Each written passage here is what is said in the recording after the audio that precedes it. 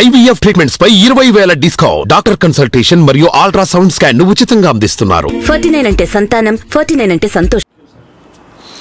ఈరోజు వైసీపీ అధినేత జగన్మోహన్ రెడ్డి తన పార్టీ కేంద్ర కార్యాలయంలో తన పార్టీ ఎమ్మెల్సీలతో సమావేశం అవడం జరిగింది. ఇది మనం కొద్దిసేపటి క్రితమే మాట్లాడుకోవటం కూడా జరిగింది, ఎందుకు సమావేశం అయ్యారనేటువంటి అంశం మీద. అయితే ఈ సమావేశంలో జగన్ ఎమ్మెల్సీలతో కొన్ని కీలకమైనటువంటి వ్యాఖ్యలు చేయడం జరిగింది. అవి ఒకసారి కనుక మనం పరిశీలించినట్లయితే టీడీపీ, జనసేన, బీజేపీ ఈ ఎన్డీఏ కూటమి, సో ఈ ఎన్డీఏ కూటమికి ప్రస్తుతం హనీమూన్ టైం నడుస్తుందని, కాబట్టి సంక్షేమ పథకాలు అమలు చేసే వరకు వాళ్ళకి కొద్దిగా టైం ఇద్దాము, ప్రస్తుతానికి వదిలేయండి.